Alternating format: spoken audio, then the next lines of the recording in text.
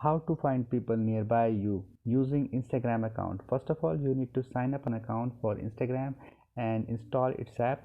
After that, you need to log in, and herein you will get this search button at the bottom. Just click over it. Now again click on search. You will find this option top accounts audio. At the last you will find this option places.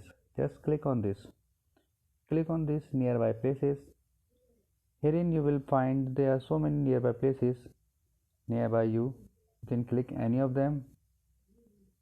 Let me click this one. You can find there are so many people. You can click on recent as well. You can send message to any one of them. You can click on recent as well.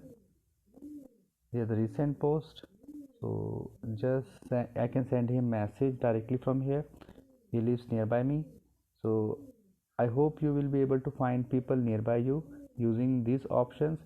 And in case you find this video helpful, friends, just hit on the like button and also subscribe my channel for my upcoming videos.